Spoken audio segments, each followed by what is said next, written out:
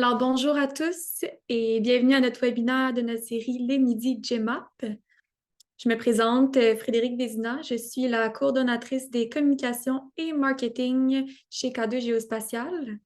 Alors aujourd'hui, nous avons la chance d'avoir avec nous Dany Sauvageau et Pascal Boisvert qui vont nous parler de leur utilisation de GEMAP dans les activités géomatiques des travaux publics de la ville de Bécancour. Alors, avant de commencer, je laisse la parole à Jacques. Oui, merci Frédéric. Alors, je veux prendre 2 minutes pour remercier Dany et Pascal d'avoir accepté de faire ce webinaire. On est chanceux de les avoir avec nous. Ce sont vraiment deux références en gestion d'actifs municipaux au Québec. Et je dirais même de Dany que c'est peut-être un pionnier, hein. Je connais Dany depuis de nombreuses années. Je ne vais pas dire depuis combien de temps parce que je ne veux pas le mettre mal à l'aise là, dans sa présentation. Mais bref, on va avoir du plaisir à écouter, à entendre. Dany et Pascal, merci, messieurs, d'avoir accepté l'invitation et je vous laisse la parole. Ça fait longtemps, Jacques, effectivement. Ça Oui. fait plus de 25 ans qu'on se connaît. En fait, la ville de Bécancour, depuis 1998, on a commencé à bâtir notre base de données sur nos infrastructures municipales. Pascal, je ne sais pas si tu peux mettre le PowerPoint. Depuis 1998, on a commencé à inventorier et à mettre dans des bases de données. Et on a commencé avec défunt Arfan, puis avec technologie, puis avec Guy Doucet. C'est à cette époque-là qu'on a connu Jacques. Et je voyais l'outil GMAP qu'on utilisait dans un autre service, puis qu'on voulait voir qu'est-ce qui pouvait être fait avec ça de notre côté. Fait que Jacques est venu nous rencontrer. C'est dans ces années-là, peut-être 2005, 2000, dans ces années-là à peu près, qu'on a commencé à utiliser GMAP. Pour nous, avec Encours, en fait, maintenant on a changé, c'est plus avec GOP, on utilise CAR pour la gestion de toutes nos infrastructures, nos actifs à la ville. Présentement, nous, on est présentement au développement durable, mais moi et Pascal, on vient des travaux publics, donc c'était très, très axé travaux publics, tout le développement qui a été fait. Fait que pour nous, il y a une base de données qui existe, c'est CAR. Tout est migré vers cette seule unique base de données-là. Et tout ce qui est information visuelle, graphique, c'est intégré avec GMAP. Donc, c'est notre outil de travail surtout. C'est tout le temps important pour moi de limiter le nombre d'applicatifs qui pourraient être utilisés là, pour éviter la confusion. Fait qu'on a c'est CAR pour nos bases de données, puis GMAP pour le visuel. Puis l'outil a été développé, Pascal est excellent là-dedans. Moi, j'ai hésité, Pascal, il est capable, lui, de bien les développer. On va vous montrer un peu comment on utilise GMAP dans nos opérations journalières avec les gens des travaux publics aux opérations. Mais en survol, la ville de Bécancour, vous voyez, c'est 440 km². C'est quand même une grande superficie. C'est une ville fusionnée aussi, mais en 1965, donc ça fait longtemps que c'est fusionné. Il y a 14 000 citoyens, 14 500 citoyens. Et ensuite, on voit un peu l'inventaire du nombre de boîtiers de vannes, de potons incendies, kilométrage de conduite d'aqueduc qui existe à la ville et qu'est-ce qu'on a à gérer et à s'occuper de. Donc, nous, les gars, aux opérations, ce qu'on Pascal va vous montrer, il y a différentes tout ce qu'on a à faire comme travaux d'entretien, qu'est-ce qu'on a à faire en travaux, en service, qu'est-ce qu'on a à faire. Les gens des opérations venaient nous voir, puis au tout début, là, quand je parle de 1998, puis ces années-là, c'était dans des bases de données un peu ici et là. Il y en avait dans du Access. Puis, bref, les gars qui partaient le matin pour aller travailler, dans leur véhicule, il y avait chacun une pile de cartables. Un cartable, exemple, pour localiser chacun de nos regards des goûts domestiques. Un cartable pour les puisards. Un cartable pour les poteaux incendies. Un cartable pour les vannes, les boîtiers de vannes. Puis une fois par année, on faisait une vente, on avait pour peut-être 2 mois à faire des photocopies pour remonter ces cartables-là pour que les gars, peu importe l'heure du jour, de la nuit, qui avaient à répondre à une urgence ou qui devaient faire du travail, puissent trouver les regards les puisards, savoir un peu ce qu'on a, avoir une carte thématique surtout. Et tout ça était fait à bras. Tranquillement, pas vite, on a commencé à développer puis à le faire pour à l'interne dans les bureaux, le visuel avec AutoCAD, on imprimait ces cartes-là. Mais à l'interne, on utilisait différents viewers jusqu'au jour où on est arrivé avec GMAP. Puis à l'interne, on l'utilisait tout le temps. Puis là, il y a des gars qui nous voyaient travailler à l'interne qui disaient, nous autres, on aimerait ça utiliser ça aussi dehors. Fait qu'on a commencé tranquillement, pas vite, avec l'exemple aqueduc, ces choses-là. Mais les gars, présentement, tout l'ensemble de nos employés extérieurs travaillent présentement avec un iPad dans leur véhicule ou sont disponibles avec un iPad, fait qu'ils sont capables d'avoir en temps réel le réseau, les conduites, les diamètres, les longueurs, toute l'information qu'on peut trouver sur Gmap. Eux autres, ils l'ont sur un iPad. On a poussé ça un peu plus, puis maintenant, on fait de l'entretien. C'est là que Pascal va embarquer avec vous montrer un peu ce qu'on fait, mais on est rendu à l'étape on fait de l'entretien, on fait du préventif, on fait du suivi avec les outils. Puis les demandes viennent des gars qui travaillent dehors, qui nous viennent nous voir, disant ça fonctionne avec les Proton 110, est-ce que ça pourrait fonctionner avec les pet zones, est-ce que ça pourrait fonctionner avec les pulsars? Les demandes maintenant de trouver des outils de travail, d'améliorer les outils de travail, de travailler avec Gmap et de travailler avec ces choses-là, ça vient même maintenant des personnes qui travaillent dehors, qui viennent nous voir pour en rajouter. Sur ce, je vais laisser Pascal montrer un peu qu'est-ce qu'on peut faire avec ça. Merci, Danny. Donc, moi, je vais vous montrer un petit peu un cycle d'une année là, avec les opérations, tout ce qu'on fait avec Gmap. Je vais commencer. Danny a parlé de Carl puis de notre gestion d'actifs. On a développé avec K2 puis Berger-Levrault là, une extension de Carl qui nous permet de plus facilement les modifier nos informations sur nos actifs. Fait que juste rapidement, on voit qu'on a l'interface de Gmap NG, puis on a accès aux couches, à un projet de Gmap là, avec nos couches. Puis l'extension avec l'infobulle, elle nous permet de soit créer une demande d'intervention, une intervention ou d'afficher les détails sur, là, ici on a une chaussée qui est sur le chemin Saint-Laurent. Donc, puis on a accès à toutes nos caractéristiques. Donc, ça nous permet de voir si on veut, par exemple, avoir de l'info sur le déneigement. Bien, facilement, on est capable d'aller voir les infos. Puis si toutefois on change les infos des caractéristiques, une année de pavage ou quoi que ce soit, ben, le service technique qui s'occupe des mises à jour est en mesure, avec les droits, d'aller changer si le mélange ou toutes les informations sur nos entités là, peuvent être changées à partir de là. Puis les informations qui sont changées à partir d'ici ben, se reflètent dans nos projets Gmap automatiquement. Donc, ça, c'était juste rapidement pour glisser un mot de l'extension Carl avec Gmap. Donc, si on y va sur les opérations, fait que, à chaque année, là, ben, dans ce temps-ci, en période hivernale, le service technique met à jour les informations, les nouvelles chaussées, les nouvelles conduites, toutes les informations qui ont changé. Puis, ça nous permet, suite à la mise à jour de ces informations-là, de pouvoir créer nos cartes d'entretien pour les opérations. Donc, nos préposés qui sont sur le terrain, maintenant, partent avec des iPads qui roulent Gmap NG. Là, présentement, je le roule dans un navigateur, là, mais sinon, c'est ça, exactement la même chose qui roule sur Gmap NG. Fait que, à la base, les préposés sur le terrain, ben, ça lui donne l'information qu'ils peuvent avoir de besoin en infobulle. On a tout le temps là, des communications avec les chefs d'équipe pour ajouter ou modifier les informations qu'il y aurait besoin.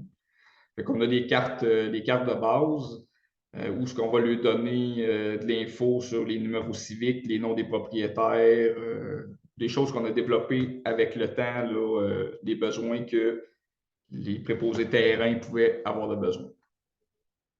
Où ce que ça vient changer, on va aller ici. Ce qu'on crée avec le service technique en début d'année, c'est les opérations annuelles qui doivent être faites. Donc, on a de l'entretien qui est fait sur, si on veut, du curage d'égout, de l'entretien poteaux incendie.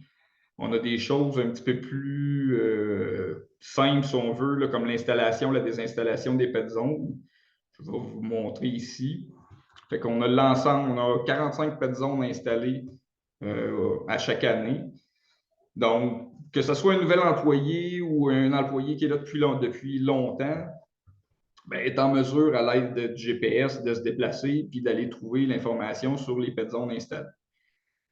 En sélectionnant le pet zone, ben, on donne l'information sur la distance, l'information d'installation, le modèle pour éviter le modèle d'un côté puis le modèle de l'autre, pour être certain qu'il n'y ait pas d'erreur d'installation de modèle.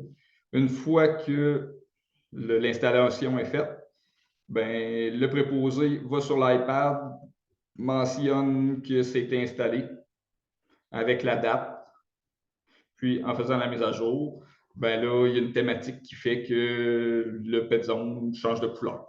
Fait que rapidement, le chef d'équipe qui veut suivre l'avancement des installations de pet zone peut ouvrir le projet GMAP, puis avoir accès à voir l'avancement des installations de pet zone. Dans les autres types de projets qu'on a fait, le curage d'égouts, on a des calculs, ce n'est pas toutes les conduites qui sont nettoyées chaque année.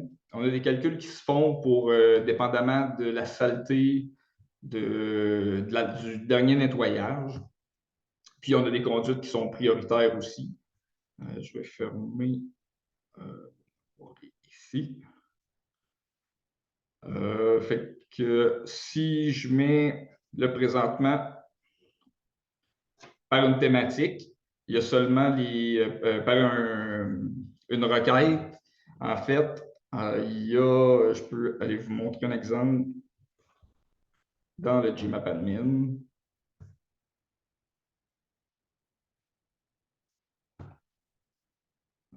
Dans nos projets, ici, opération, curage.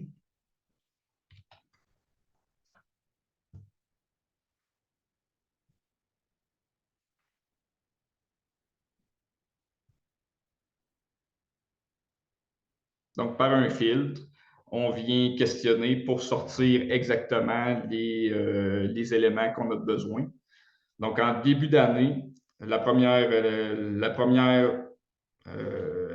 intervention de curage doit être faite en avril, qui est nos conduites prioritaires.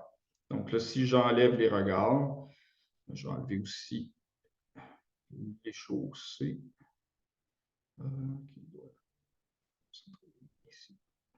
Donc, on voit en brun, fait que dans le préposé qui part en début de saison peut partir puis être certain de travailler, de ne pas oublier de conduite. Toutes les conduites en brun doivent être faites. Une fois que son nettoyage est fait, remplit encore une fois un formulaire. Puis, on peut voir là, toutes les autres. On a un historique, là, en fait, de tous les nettoyages qui ont été faits. Donc, le dernier datait de. Si on y va par date. Fait que date du mois de septembre. Du mois de novembre. Donc, on peut en rajouter un.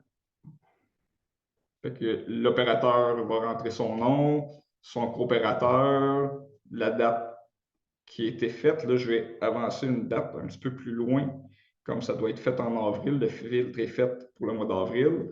Donne l'état de la conduite. Puis, en envoyant son formulaire, la conduite disparaît. Donc, la conduite va avoir été nettoyée. Fait qu'ils continuent leur route jusqu'à temps que toutes les conduites qui sortent en début d'année soient nettoyées. Donc, on a plusieurs types de couches, que ce soit du nettoyage de conduite, de l'inspection, des réparations à faire, du lignage, marquage, de fauchage. Tout ça fonctionne avec des couches. Je pourrais en montrer peut-être une dernière là, qui est l'entretien préventif des poteaux incendies. Donc, chaque année, on a une quantité X de poteaux incendies à nettoyer. Donc, on peut voir là, que cette année, on a ces poteaux-là. On peut voir aussi ceux qui ont été nettoyés dans la dernière année, donc en vert. Puis si toutefois, on fait une intervention sur un poteau qui est endommagé ou quoi que ce soit, on a aussi la liste de tous nos poteaux sur lesquels on pourrait faire une intervention.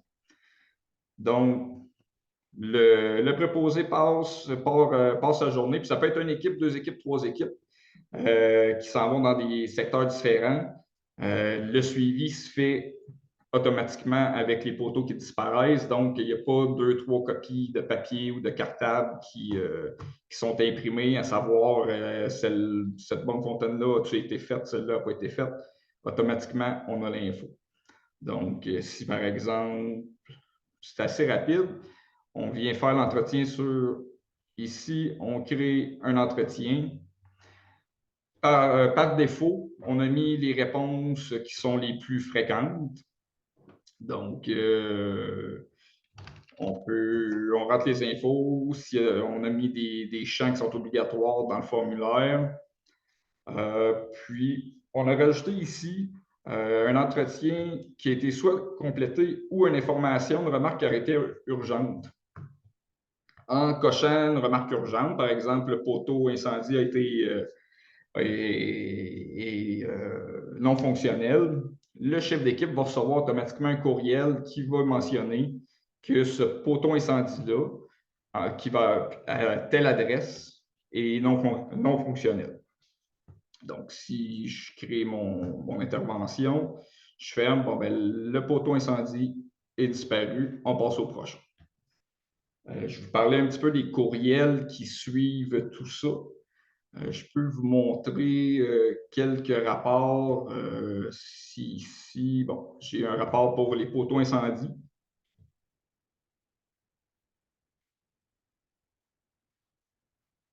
Fait à chaque semaine, il y a un rapport d'entretien de poteaux incendies qui dit s'il y a des travaux qui ont été non complétés, puis à quelle place il faut qu'ils soient faits. Donc, automatiquement,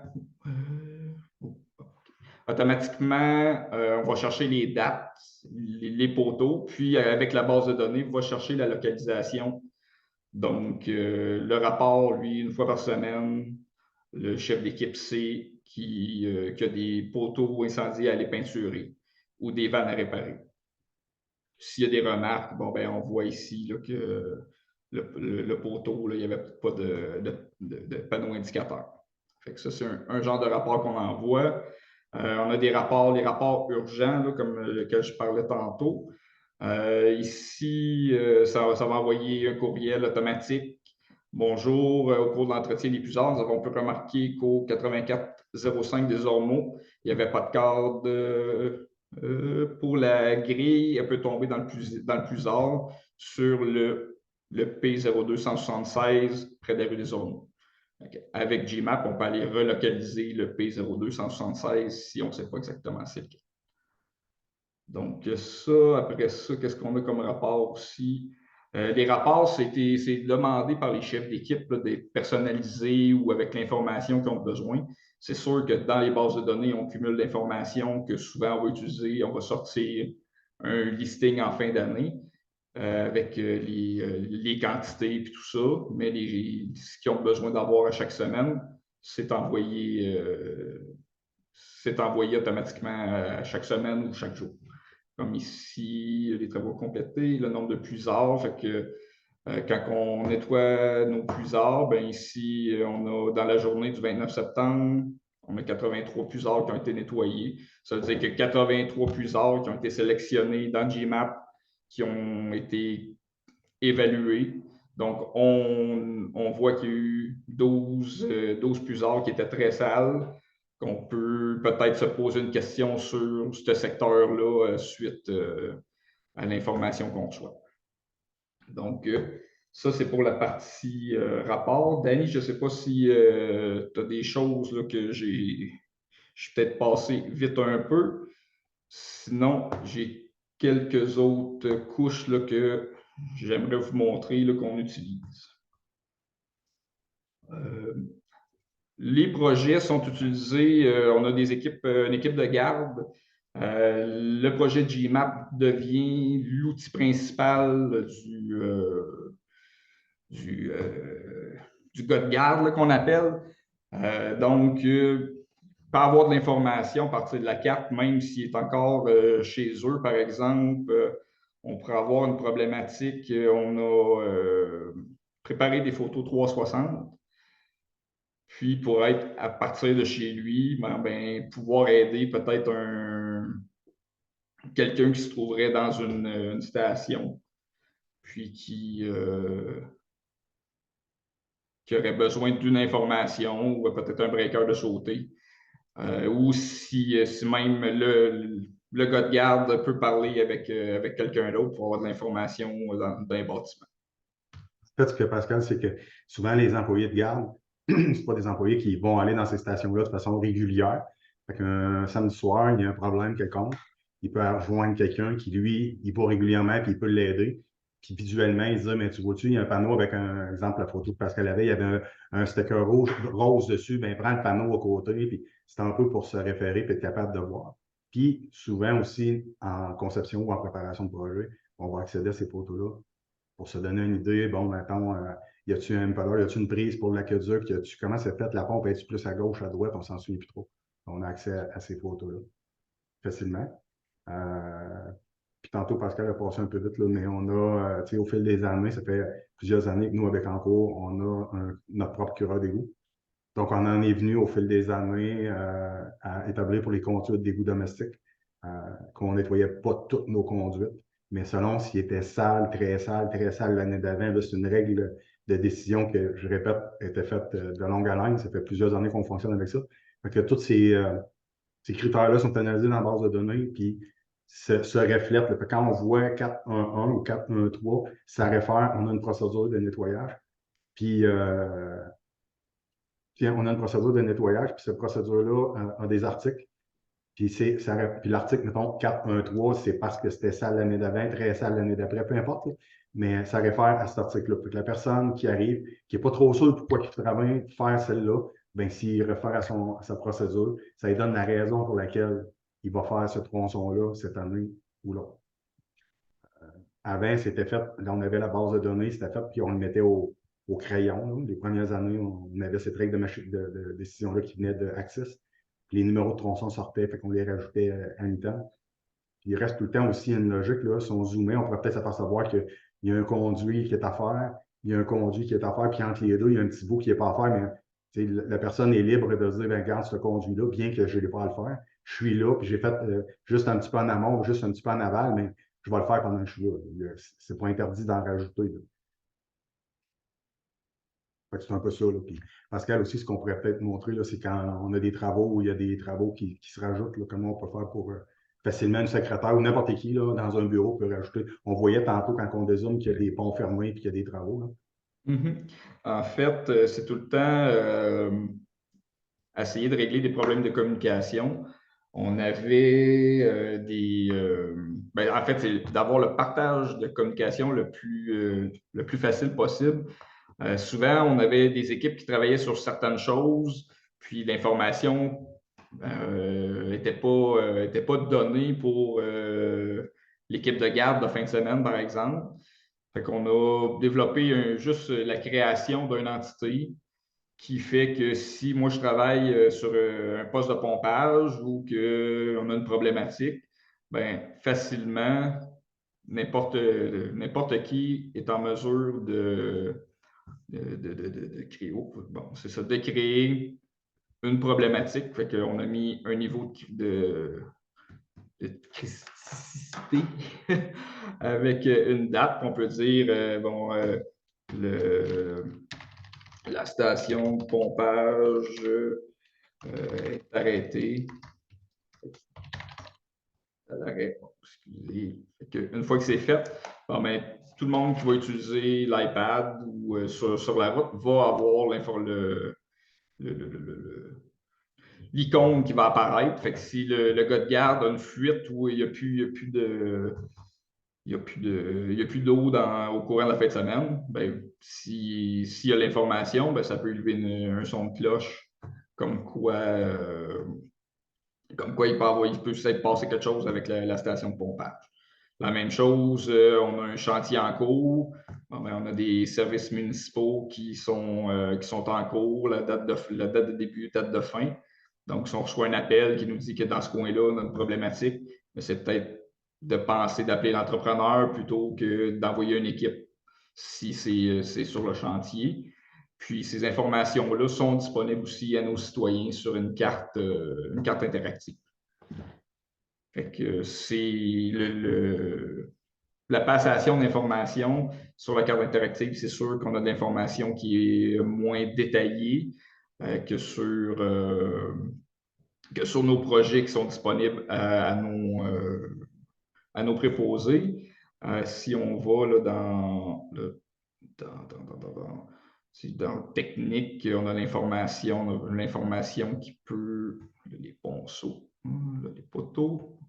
Ça, on a l'information sur beaucoup de choses qui nous ont été demandées. On travaille tout le temps pour nos équipes sur le terrain. Fait qu'on essaye que tout fonctionne. GMAP nous a aidé beaucoup à amener un visuel sur ce qui nous appartient. Parce que c'est ça, de travailler avec 8 cartables, avec des zooms plus ou moins potable là, quand on a beaucoup d'entités, comme la localisation de nos vannes ou ces choses-là. Ça devenait vraiment compliqué la tâche de savoir combien de vannes qu'on avait, parce qu'on ne pouvait pas zoomer sur une carte papier, bien sûr. Fait que c'est ça, GMAP a aidé à améliorer notre communication, là, puis la diffusion d'informations. Pascal, on peut peut-être montrer un exemple d'une localisation de boîtier de service aussi, où on a accès directement à la photo. Oui, mais là, ça, c'est dans un projet pro, par exemple. OK.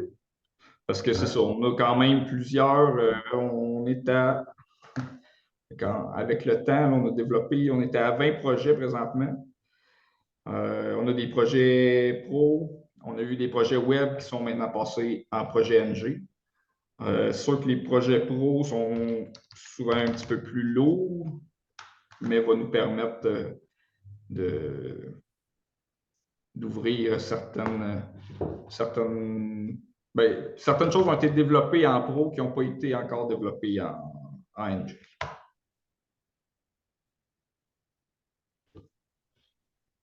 En fait, chacun des boîtiers de service de chacune de nos résidences, on avait une localisation. Donc, on avait un carton de localisation à partir du coin gauche de la maison, au coin droit de la maison, des mesures pour retrouver le boîtier de service en hiver ou peu importe. Puis, on s'était aperçu au fil du temps, mais on arrivait à des résidences, puis il y avait eu des modifications, il y avait eu un garage qui était rajouté ou des annexes qui étaient là, c'était jamais clair, puis là, on avait de la misère à les trouver. Puis, il y a un de nos employés qui a dit peut-être que ça pourrait fonctionner avec des photos, puis finalement, on en est rendu là où le gars qui est responsable d'aller faire des inspections, d'aller vérifier, s'assurer que tout est fonctionnel. Mais maintenant, prend une photo, toujours avec son iPad, prend une photo, puis indique directement sur la photo les mesures du boîtier de service en question, ce qui permet d'avoir visuellement exactement où le boîtier de service.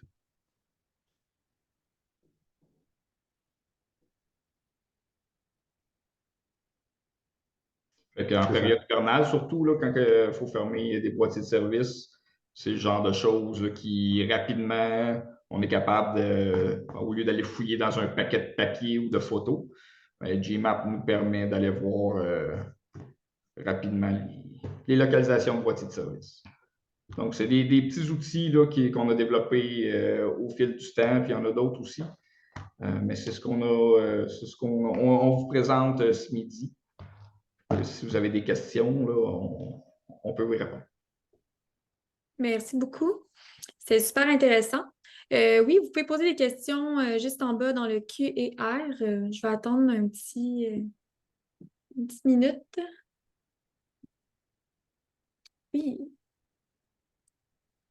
Ben, avant qu'il y ait des questions, là, c'est Jacques qui parle, je peux mettre ma caméra, mais écoute, moi, je suis vraiment impressionné par ce que je viens de voir, là.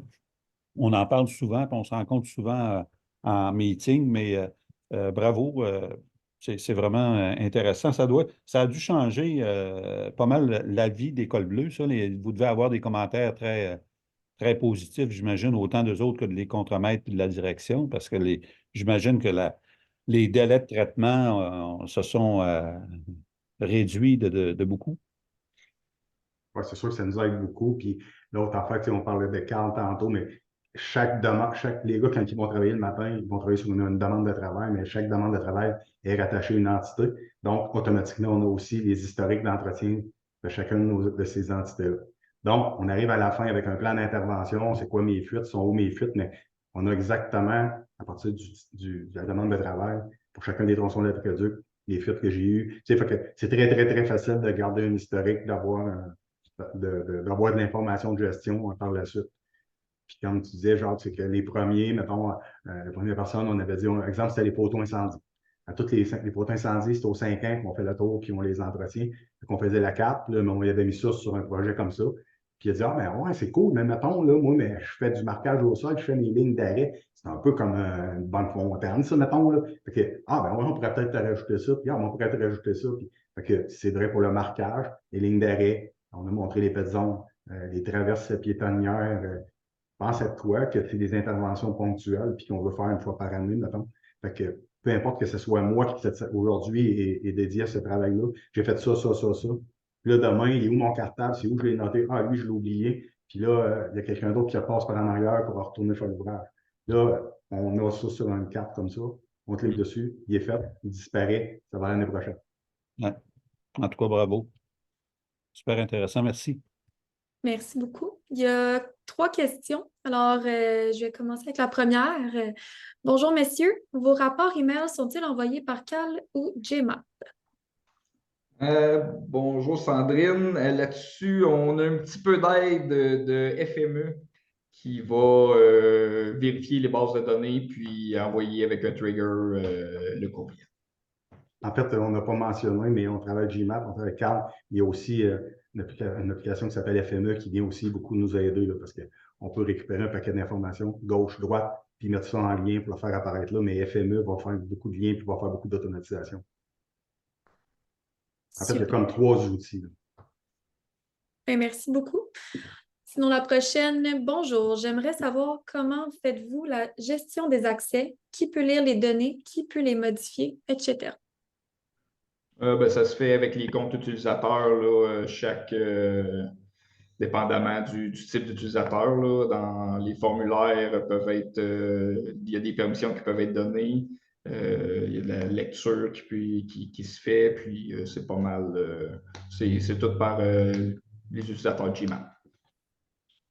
Super, merci. Et la dernière, merci pour la belle présentation. Est-ce que Carl est compatible avec Gmap Pro ou seulement avec Gmap NG? Ça a été développé là, avec Gmap NG. Donc, je pense que c'est ce qui va être poussé dans les prochains temps par K2. Là, tous nos projets sont en train de se transférer en NG pour avoir certaines. Les fonctionnalités sont maintenant développées avec NG. Bien, merci beaucoup à vous deux pour votre présentation. Elle sera aussi une belle introduction pour notre prochain webinaire qui va être en février, présenté par Jean-Robert, notre VP aux technologies chez K2 Géospatial. Ça va être une présentation sur un dictionnaire et un modèle de données pour la gestion des actifs municipaux intégrés dans Gmap. Alors, ça va être avec nos partenaires qui ont développé et implanté la MRC du Fjord et la Ville d'Alma, et aussi en collaboration avec Éric Lalonde de Maxum Gestion d'actifs. Merci encore à vous deux et je vous souhaite une très belle journée. Merci. Merci beaucoup.